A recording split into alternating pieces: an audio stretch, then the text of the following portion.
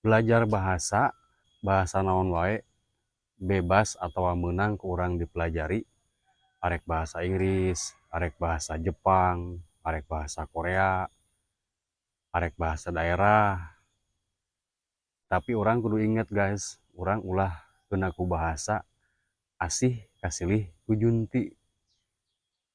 Peribahasa ieu pihartieuna nyaeta ulah sampai ka urang gara-gara belajar bahasa asing, ulah sampai ka urang belajar bahasa-bahasa batur, sehingga bahasa urang pribadi nyaeta bahasa Sunda urang kapopohokeun.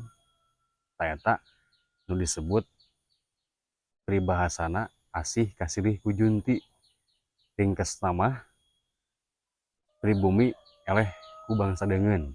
Itulahnya guys kira-kira. Mudah-mudahan aya manfaatna kanggo urang sadayana jeung